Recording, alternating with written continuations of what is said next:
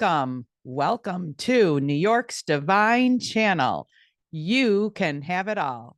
Today's program is a happy marriage. And I want to get this you can have it all part of our tagline for our show, New York's Divine Channel, explained a little bit better. I don't think I've ever truly explained my definition of you can have it all. And since our television show is called New York's Divine Channel, you can have it all.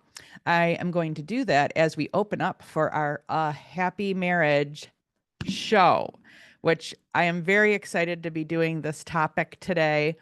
I feel that it's the appropriate time in my marriage to be doing this topic. And I'll tell you why in a few minutes. So that is why Divine brought it to me to give you the information on this topic. And we've got a 7-step protocol for a successful marriage. So definitely get your notebooks, your pen and notebook out. I know that you can type this information into your device. However, if you do have the ability to handwrite it, you're going to get a lot more out of it, because whenever we use handwriting, we are crossing into the subconscious mind and it's implementing and embedding itself within us. So it takes a lot of work out of the learning curve because of the fact that we're crossing into the subconscious mind with it by doing our handwriting. So, hey, Jessica, I see you are in the room today. And thank you very much for all of you tuning in today. You can have it all. When I say that, it means that you can work to create it all. You can work smart and hard, and over a process of developing yourself and all the different aspects of your life and putting in the sweat equity, you will easily be able to have it all. So I know I've had a few people ask me about that, or mention, Camille, your tagline is you can have it all. And I started to think that some people had thought that I meant that you're going to sprinkle fairy dust on your life and you will have it all. It's just kind of like wiggle your nose. Here it is. And I said, oh, geez, you know what? You missed the boat totally. I gave myself a self-correction. I said, wow, you never explained what you meant by that. So I know that over the years in my life, there were times where I just didn't even believe I could. And it was through lots of mistakes, not really having tools that were working for me, not getting enough training through either my home life growing up as a child, and then whatever they taught us in college, and then still, and whatever they taught us in church, because I did go to Sunday school. I don't know if I was listening or if they did teach us the stuff, or if it just didn't click with me yet. And I think that it's probably a combination of all of that. So on my journey of really trying to get my life in order and get everything working really well so that I could feel, in my definition, that I have it all, which I do feel now, I found that there are specific tools that work really, really well to accomplish getting your life turned around, whatever part of your life it is, whether it's your physical, mental, emotional, or spiritual being, like being the healthiest and happiest version of you, whether it's your career life, your divine calling, your money life, your love life, your parenting life, if you're a parent. It could just be your friendships, your relationships with your family members. I know that for all of us, we have a little bit of a different definition of what you can have, or what having it all means. So I believe that because there are tools that you can use, and you can put hard work and smart work and not give up and never quit. It's people who quit and kind of just become complacent and give up on believing. They lose hope. They believe that they can't have it all. They think that there's a black cloud over their life, or that there's karma. I've heard all kinds of stories. People have come to me with all kinds of reasons why they think they don't have their life where they want it. And I've been working with clients over a long period of time, many, many years.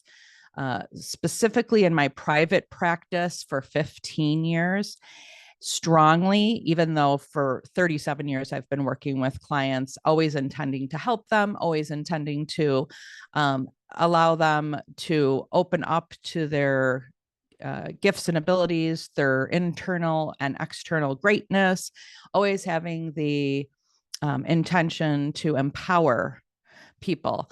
However, 15 years ago is when I really started specifically offering services where we would be doing the different types of healing work, the different types of coaching work.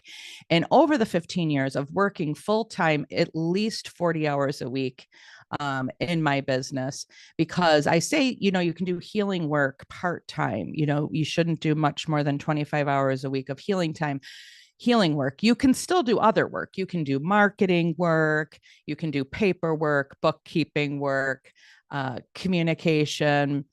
There's all different aspects of what you can do to build your business, build your life, as long as you're not working with clients more than about 25, max 30, but that's pushing it a lot. You can still, after the 25 hours, maybe spend 15 hours a week with all the other things, which when you're really actively working with clients, the amount of energy it takes is quite a lot. When all you have to do is the other stuff, you're kind of like, whew, that's a breeze. That's like just riding your bike on a nice day with a cool, perfect temperature outside, just like la, la, la, la, la, because of the fact that you're not in that position, making sure that you're holding yourself accountable to do the very best job for that individual at that time in their life. So that's what I mean by that. So going back to you can have it all. A happy marriage would be a big part of that for people. So that's why our topic today is happy marriage.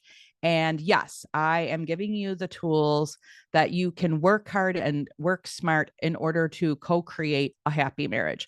I am not coming to you and saying, only thing you have to do is, say this statement or wiggle your nose and it will just be done. No, you're going to possibly kick your ass doing it. You will possibly be trying a number of things, and then a number of things might fail. And finally, the next thing you try starts working, and you're like, hallelujah, yay. So for anybody who is like, thank you, Camille, for clarifying what you mean by you can have it all. You are very welcome. I feel like I should have done that years ago. So I'll probably be doing some kind of a post or something to make sure that I get that information out there bigger than just this one episode of our television show. Okay, so now let's get your notebooks out. I've got your 7 steps ready for you.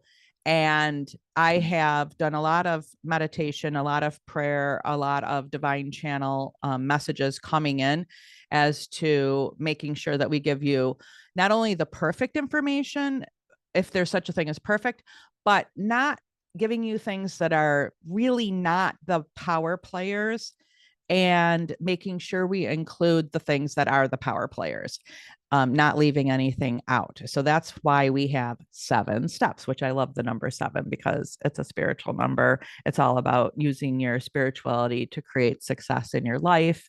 So I love that number. Okay. Number 1, and this is for people who are married or not married or single, or they're potentially going through a divorce. Maybe they're thinking, can I save this marriage? It's for people who are trying to figure out how to improve their marriage, or they're thinking someday I would like to be married and I want to get more information on what I should be looking at in order to be able to create a happy marriage. And I know last episode we did was meet, court, and marry your divine equal spouse. So some of you I see have come back this week, and I'm really excited about this. So let's get started. Number 1 is pray together. Yes, I know that there is a big difference because I have been coaching, consulting, and counseling couples for many, many years, and individuals where I work with generally the wife, and you can, give them homework and tasks to do with their spouse.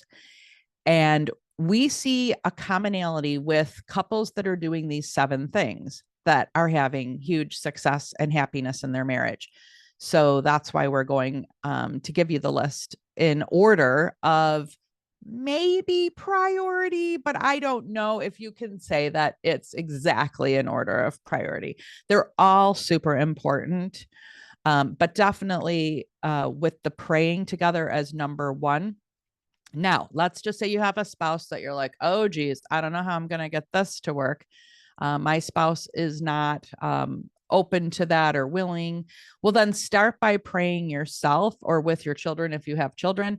Start by maybe setting intentions together as a family, because setting intentions is a form of a prayer. So maybe just spin it a bit differently so that they feel more comfortable.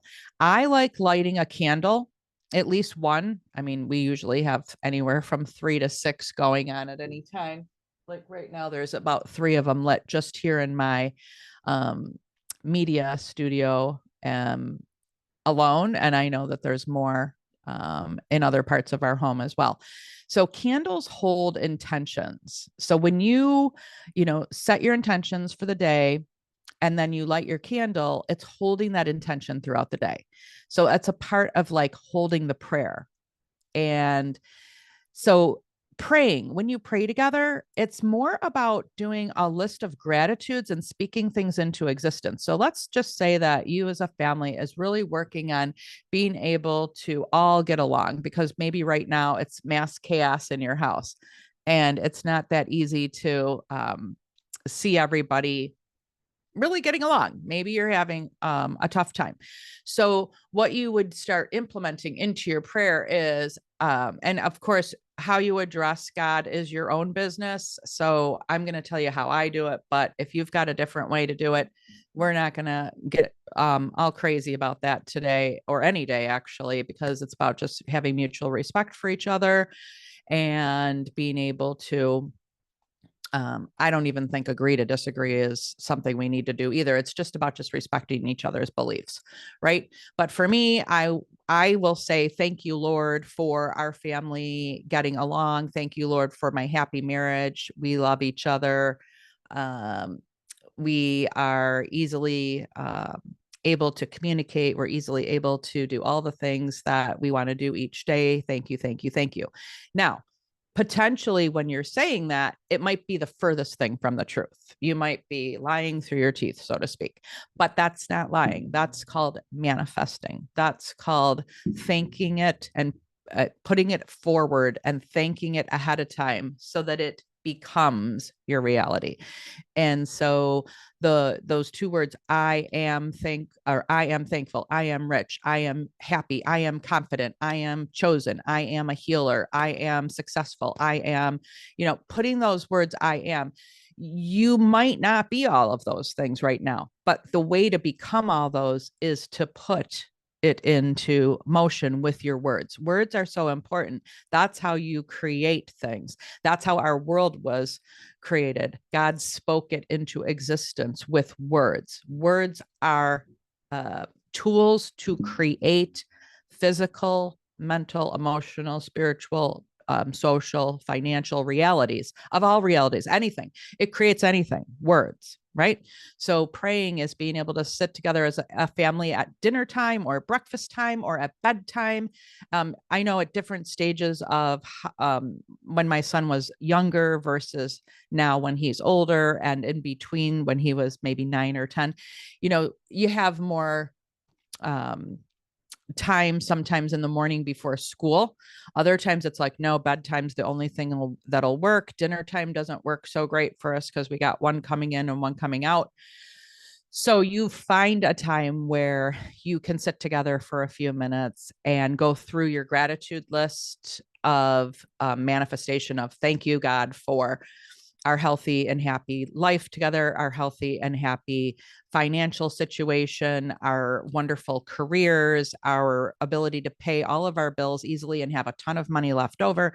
Thank you, Lord, for the vacation that we have planned. Thank you for the college education that my child is receiving and the scholarship or the financial aid or whatever. Like just now, potentially, you're looking for some of that to become your reality. So don't only put on the list of thank yous and gratitudes what you already are living and experiencing.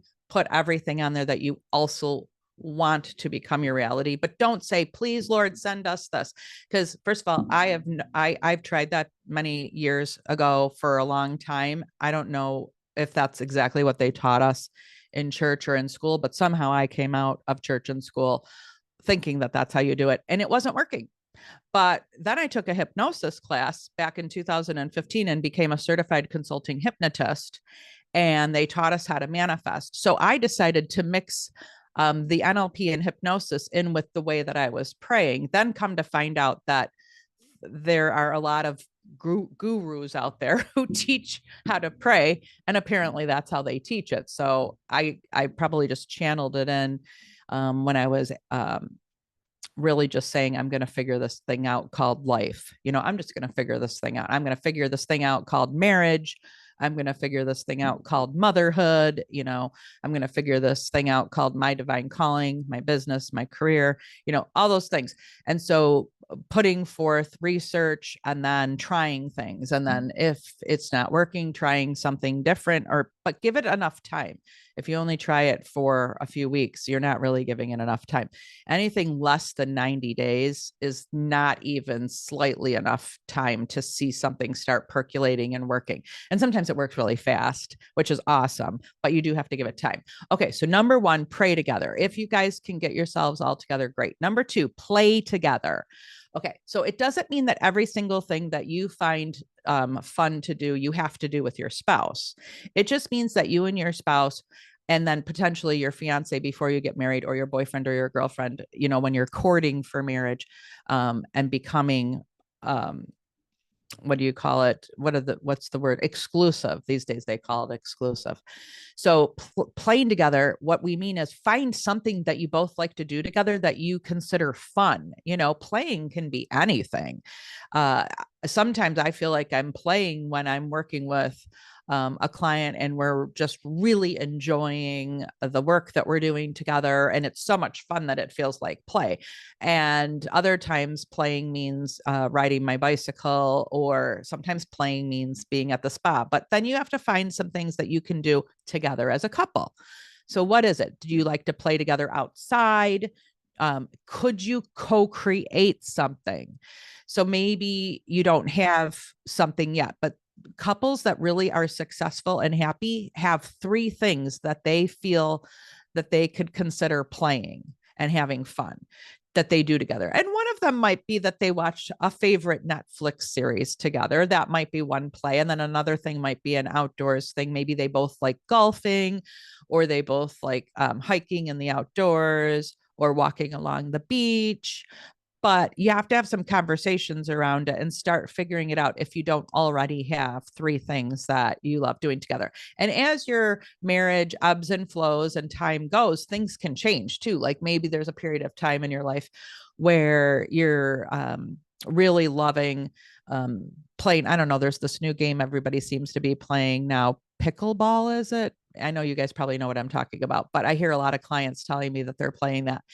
And so maybe you and your spouse start doing that game together, and maybe down the road then you end up joining a bowling league or a tennis thing, and now you're playing tennis together. Maybe you like skiing together, maybe you like vacationing together, so you make sure you plan a few weekend getaways or excursions. But you have to find three things.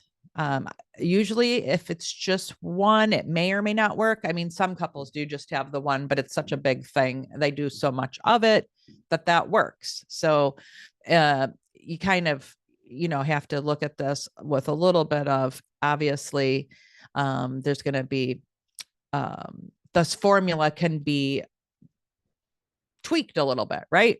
So that's number two, play together. Number three, work together. Now, don't freak out when I'm saying this, work together, because I don't mean that you have to have a job together or your career. Like, I'm not saying, oh, you have to both go work at the same company, or that you both have to, You have to own a family business and work together in the family business. I'm not saying that, although that would be awesome, but it doesn't work for everybody. Some people are like, yeah, we tried that. No, it didn't work. I mean, you might be able to try it a little bit differently, see if you can figure it out. But it doesn't have to be the working together that creates money. It could be working together on anything. It could be that you guys like doing art projects together. You both like painting. It could be that you like making homemade raspberry jam and the working together. And it doesn't mean it has to be just the couple. If you have children, you can get them involved too. But maybe as a married couple, you go and you pick the raspberries together. Okay. And then maybe one of you likes the canning process. And then the other one is like stocking the shelves and getting the pantry all set up. So it doesn't mean you have to do every single thing together, but it means that there's a project that's happening that you both have your hands in. So maybe you're building a house together. Of course, that's a really big thing. You're working together on building your dream home, for instance. Or maybe you're building jewelry together. Maybe your husband is really good at going and buying all the supplies, getting the wires, the beads, the crystals, blah, blah, blah. Maybe you love putting them together. Or maybe you're a painter and maybe you love painting, and maybe your spouse goes and gets all the supplies for you. And then, look, stands back in your, I know, some of us have artist rooms. So maybe stands back with a cup of coffee and goes, oh my God, that's gorgeous. I just love how you paint. Let me know when you want me to finish off the edges or make a frame for it. Maybe, or maybe it's just let me know when you want me to hang it up. Tell me where I have to hang it up. And then they make that happen for you. You paint it, they hang it up, they buy the supplies, whatever. So it's about like making things happen together. Maybe you're just putting on a new patio in your backyard and you're the one that says, here's what I want it to look like. I want it to be at least this long. I want it to have like this canopy over it. And then your spouse goes and makes it happen. So you're still working together, even though maybe you're not the one hammering the nails. So it's about that. You have projects, you have things that are happening, and you both are excited about it. Okay. So that's number 3. Number 4, eating together. It doesn't mean we have to eat all of our meals together. That would be probably impossible for most couples. I know maybe in their retirement years that works, but if you can at least eat one meal a day together, that's fabulous. And it might not happen every day.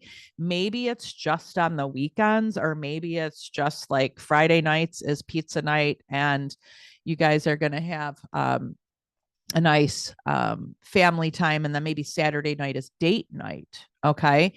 So with the eating together, you should definitely find at least one night a week that it's date night. Now, date night doesn't mean it has to be outside of the home. I mean, date night might be that you set up this really beautiful picnic out in your backyard and set up a table and put a little candle and have a beautiful picnic. Maybe it means you're having a picnic in bed. Maybe you bring the trays up. It's Friday night at 7:00 and you've got some favorite foods and you're going to put a favorite movie on or a favorite Netflix series and enjoy some favorite wine together or meal together. But food brings people together. And when you can enjoy some of the similar things together, at least once a week. I mean, the more the merrier. So if you were able to eat dinner together every night, that would be fabulous. I don't know in what world that happens these days because of careers and all of that, but at least find a weekly way to make it happen with your spouse. Okay. Number 5, have sex together. Now, I always say you got to co-create something that works for you guys. So the definition of sex is very open to some people. For them, it's a lot of cuddling, a lot of back rubbing each other's backs or foot rubs. I mean, and then maybe it leads to something else. But if you haven't been having like a lot of affection lately in your marriage, maybe you start with something like that. Like, hey, honey, would you like me to give you a back rub? And maybe you go get a special cream that has an essential oil in it that he or she likes. So maybe they love almond oil, the smell of the almond in there. So you get the almond moisturizer, or maybe you know that they like lavender. Maybe you don't know if they like any of this stuff. So you kind of play around and go get a little sample kit that has 5 or 6 of them and go, hey, smell these. Let's see which one you like. Oh, you like this one? All right, let's put this one on you then. Because this might be like a whole new thing that you guys are doing together. And so then maybe in that act of cuddling or doing massages or whatever, you're able to talk about some of the other things that you might want to be able to do together. So you can start from a place where maybe nothing's been happening for a while and you're starting over again. You might have already even had children, and then there's been a lull because you've been either working so hard, or maybe some crazy thing happened in your marriage. There was a death, or maybe there was a cheating spouse or whatnot, and you've decided that you guys are going to forgive each other. You're going to heal it. You're going to move on, and you're not going to end it, because sometimes there's some reasons why it's like, geez, I can see why all this happened. I kind of played into it. Okay, let's do a do-over. Some people I know, they'll renew their vows. They'll make a new commitment to be monogamous. I'm not one to promote any of this open marriage stuff. That's not my thing. If you have to know about that, you got to talk to somebody else. I don't even see how that can work, but who knows? Maybe it can. And I just wouldn't be able to be authentically talking about it. Any of the swinger stuff or polyamorous stuff, I wouldn't be able to be authentic. I would just be going, in my world, I would be like, I don't know how anybody would emotionally be able to handle that. So to me, that's a recipe for disaster. However, geez, I can't be sure that I would be speaking correctly. I have read some weird things, how people think it's good. If you want to know my opinion, I think it's a very bad idea. I've had enough people that I've consulted and coached to see things go awry. I've had women come to me before that have said, oh, my husband now wants us to bring a third in. And I'm like, and they'll go, what do you think? And I'll be like, I think no. And then I'll say, well, what do you think? Do you want this? And they'll be like, no. And I'll be like, well, then why are you asking me what I think? You don't need to know what I think. You already know what you think. You already don't like it. Why should you have to sacrifice? Tell your spouse, hey, okay, you need a third. Well, let's do something different. Maybe we'll wear some weird costumes or something. We'll find a different way for you to get your fantasy served, what within the two of us. Let's come up with something that works, that we can both be happy. We can both feel mutually respected. We can both feel mutually fulfilled. We don't have to have one of us being devastated or self-sacrificing for the other one. That's just not fair. That's not cool. I don't think we got married to be to destroy the other person, so that would destroy me. Speak up, just say that would destroy me. And now if something already crazy has happened, but you got a bunch of kids together and you're like, oh my God, well, then maybe you go to them and you say, okay, listen, I know that you cheated on me and we need to fix this. We got to straighten this out because we have too much to lose. We got these children together. Let's do a conversation around how this happened, what we can do to fix it, and what we can do to move forward. Now, some people are like, no, I just can't do that. I got to have a divorce. Well, by all means, I could never tell you what you should do. If you cannot do it, you cannot do it. So that's, you should honor and respect that too. It's really about us honoring and respecting ourselves inside of the institution of marriage, because although you do become one, you're united as one now, you still do have your individual self as well, right? And you still have to you might have to say, geez, I'm compromising way too much here. It's so far past my comfort zone. How about if we come more to a happy medium where we're both compromising some, but not ridiculously so, and so that would lead us into number 6 and number 7. So just making sure that I can cover these in our 30 minutes, which I think we're almost done, and then we'll discuss it in our next 30 minutes for our what I call the Dear Camille. It's a Dear Camille column, and we're doing it inside of this interactive TV show where we're doing free readings, healings, coaching, and conversations and discussions around the topics. So we'll be doing that for the next half an hour after this. So number 6 is say positive affirmations to each other. Okay. Find something that you can give them as an upliftment statement. And you might have to tell your spouse that you need that from them if you're not getting it. You might have to say, geez, even if you just want to tell me that I look beautiful today or something, but I need that. It's part of my chemical makeup. And if it is, then by all means, advocate. I need some positive affirmations. It's not because I'm insecure, because some of them will go, oh, you're so insecure. You need me to affirm you.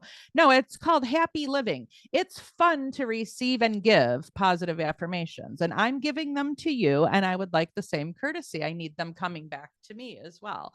We can practice. I know we're not good at this, but we can start working toward it. And if you're willing to at least start working toward it, I would be very, very grateful. And then I can work towards some of the things that you want. Of course, you would have to find things that you can agree to. I mean, sometimes I have heard some of the craziest requests that spouses have made where it's just like, oh my God, you can't do that if it's, crossing every boundary of yours. So it's like, let's find something that is mutually agreeable here, even if it's a little bit of a stretch, but not something that's so horrendous that you can't live with yourself. Right. So you might have to say that this is just too horrendous. I can't live with myself with this request. Come up with something different. I'm giving you a really great life. Here's what I do for you, blah, blah, blah, blah, blah. List it. And now go here. I need some good stuff coming in from you too. It's called even exchange of energy. It's called what fair is fair. It's not just one person does all the giving and the other person does all the taking. It's supposed to be a give and take, give and take. And there is an incredible book, if you haven't read it already, called The 5 Love Languages. So I highly, highly recommend you read that book. And if you've already read it before, read it again. I know I probably am due for another reading of it. I've read it a number of times and I can almost quote it for verbatim on a bunch of the stuff. So maybe I have read it enough, but it's always good to get a refresher. So get the book of 5 Love Languages. I think the author is Gary Smalley, but I might not be right on that. And it's an amazing book where you learn how to love the other person the way they feel loved, and they learn how to love you the way you feel loved. Because sometimes we have a different love language, and what we think we're doing to make them feel loved doesn't make them feel loved, and vice versa. What they think they're doing for us to make us feel loved, and we're like, no, that doesn't work for me. I don't need a ton of presents and gifts. Potentially, maybe they think that that's a love language because that's how they feel loved, is getting presents and gifts. But for you, it might be that you need quality time. You might say, well, I actually need quality time with you way more than presents. So if I had to choose, I would prefer that. But of course, it'd be nice to have 2 or 3 of the 5 love languages. But my number one key thing is, and then let them know that. And then ask them, what's your number one key thing? Ask your spouse that so that you can start working in that arena. So the number 6, the positive affirmations, that also means that you're not nagging. It means that you're not complaining. It means that you're not. And so, of course, you might have to tell your spouse, you're complaining, you're nagging, you're criticizing, condemning. I can't have all these criticizing and condemning and complaining. The 3 C's will kill a marriage. Kill it. And so you might say, you're killing our marriage right now. And then they might go, well, so are you, because you're criticizing, complaining, and condemning to me right now. Okay, fair, touche. We're both doing it. Let's figure out how to not do it. We got to figure this out together. Let's figure it out. Let's take baby steps, one step at a time. Let's start doing more positive affirmations and start letting the complaints just be melting away here. Let's start going into a higher vibe together somehow, some way. I don't know how we're going to do it, but let's figure it out. And so that's a big, big part of having a happy marriage. Number 7, mastering communication together. Now, that one we could talk about for days and days and days on end, because the thing I want to say about this topic is, you can't just do your own style of communication and expect that to work, because your spouse might have a different style of communication. And it also might not be the type that you love. Like their style of communication might be the only way that they are able to express their feelings is it suddenly gets blurted out and it's a screaming message. And you're kind of like, oh my God, could we ever have a conversation that doesn't involve screaming? Or maybe your spouse just doesn't talk and just is bottled up, doesn't say anything. And you're kind of like, hello, can you please talk to me? Or maybe there's something in between where it's passive aggressive. It's not really, um, but you know what? You can't always get them to completely change exactly who they are to exactly what you want. Instead, there's a level of acceptance of, oh, okay, this is how our communication works. Not loving it, but it's working if I am willing to listen and then come back around and go, I think what I heard you saying is that you want to have more time to hang out with your friends and you want me to stay at home more and clean the kitchen and cook meals.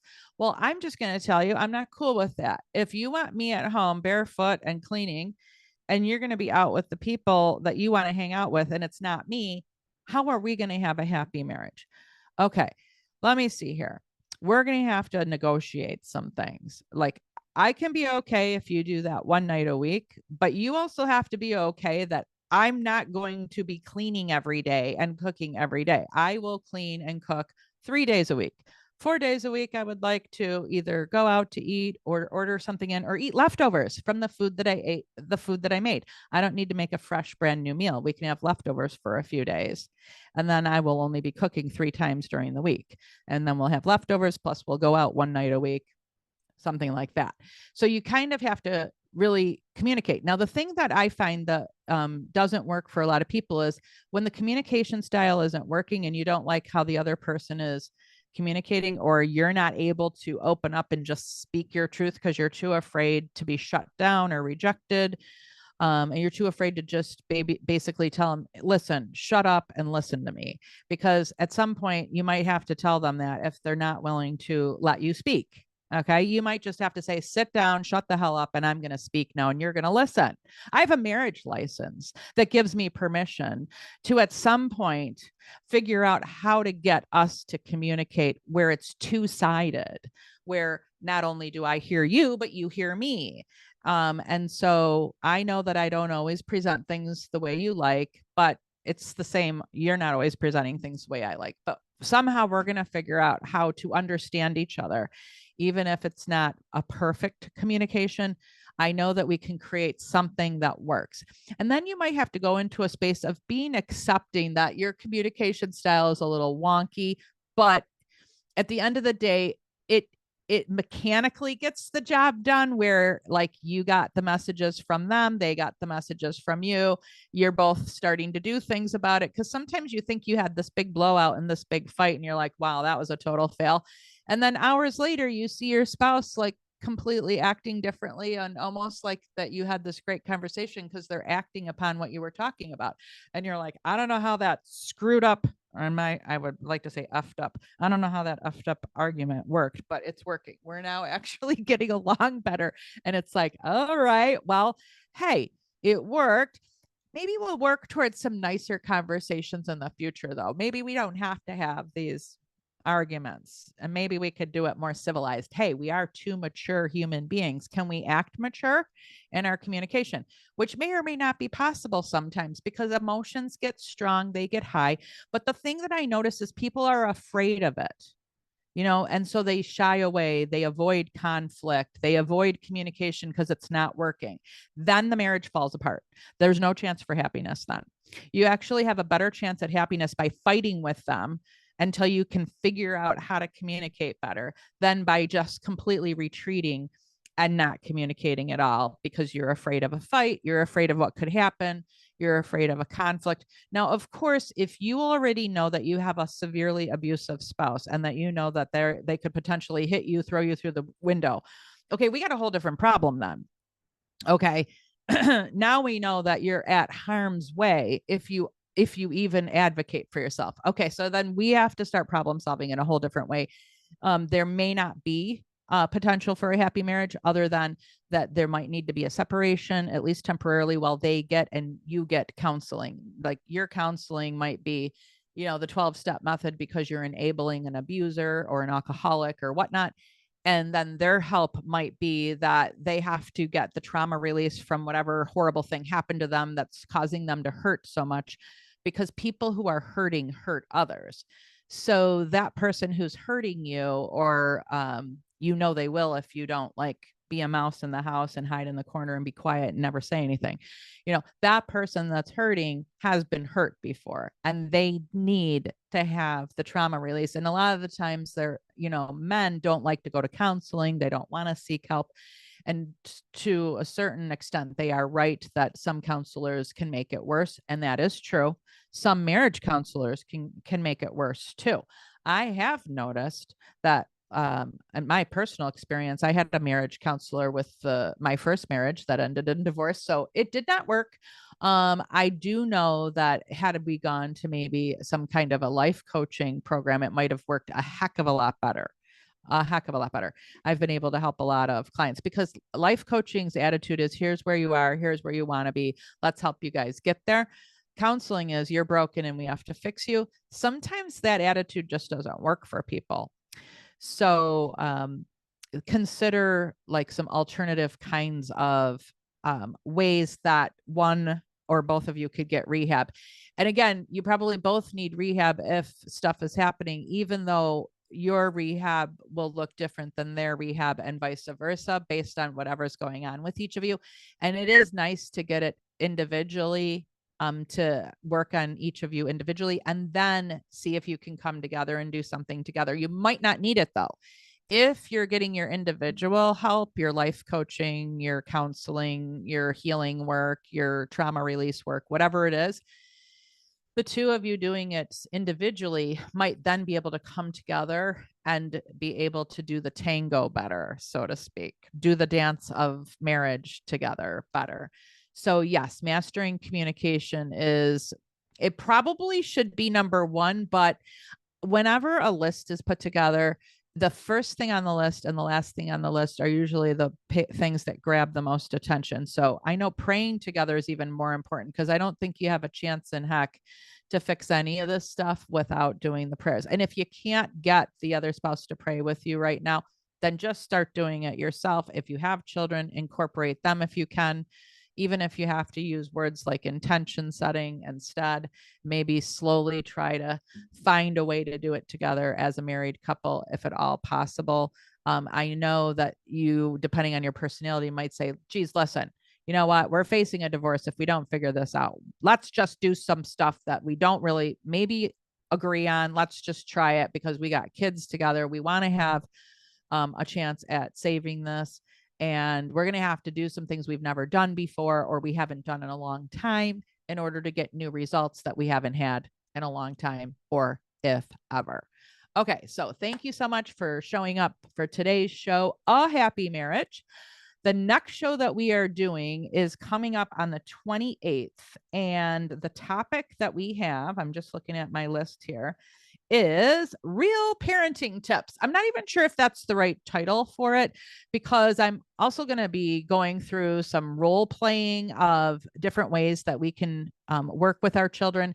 I do know that I have different people in my clients and students that are having different things with their children right now. So I know it's going to be helpful for a lot of people. But if you're doing really great right now with your children and everything's going great, I would definitely show up though, just to add a few tools to your toolbox, your parenting toolbox. And if you don't even have any children, but in the future, you might come for that so that you can learn, or you might even be sharing the tips that you learn with a friend of yours that has children, or maybe your sibling, your sister or your brother has children. Maybe you babysit your nieces and nephews. So it's always good to know different successful ways that you can work with different personality types of children, because I know one thing, they aren't all the same. And so, sometimes they tell you to do this, timeout chair. Well, that did not work for me and my son. the timeout chair did not work. So we had to go and get all kinds of counseling and training and all these different behavior therapy and behavior modification programs. None of them worked. I'll have to tell you that. Finally, one day, what did work, and I'm telling you this before we have the class next time, which is the 28th of March. Finally, what worked is I said to him, okay, we're either going to get along and make everything work, or we're going to crash and burn and we're going to kill each other. So we're going to have one of these behavior mod programs work. So, okay, you can get a spanking every night and go to bed with oatmeal for dinner and nothing fancy, or because oatmeal's okay, but it's like, that's my dinner, Mom. Yeah, that's your dinner tonight, because what else am I going to do? I don't even know if I want to even look at you right now from that email I got from school, kind of thing. So it's like, okay, you're going to let one of these behavior mod programs work. Pick one. And he was like, all right, I'll let Dr. And he said the name of the doctor, Dr. So-and-so's program work. I'm like, great. We're on that program now. If you change your mind, let me know. We'll go back to spanking. And he's like, no, we don't need to do spanking. Okay. And I'm like, well, I'm ready, willing, and able to do it. And trust me, it hurts me more than it hurts you. I didn't want to do that. I wasn't going to be that kind of parent, but the doctor told me to do it, and they wrote a script for it. So I have a script to spank you. So you can call CPS all you want. And he's like, I would never call CPS. Well, these days I hear all kinds of things out there that kids do because of the crazy stuff they're telling them at school. So just so you know, I got 3 doctors who told me to do it because you're such a difficult child, because you refuse to let any of these behavior mod programs work. So now that you've decided to let Dr. So-and-so's program work, great, this will be fabulous. And it was so weird, but it totally changed everything when I said, you tell me which one you're going to let work. Because sometimes these smarty pantses, they have to, feel like they're in control. So it made him feel like he was in control because he got to pick which one he was going to follow. So anyway, I thought I would give you a little preview to next week. Show up on March 28th. We will be doing parenting. We'll be having discussions about it, and we will be able to share ideas with each other. And we're going to do that about marriage right now. If you're coming to my show, always stay for the second half for the interactive. And that's what we're stepping into now. Stay tuned.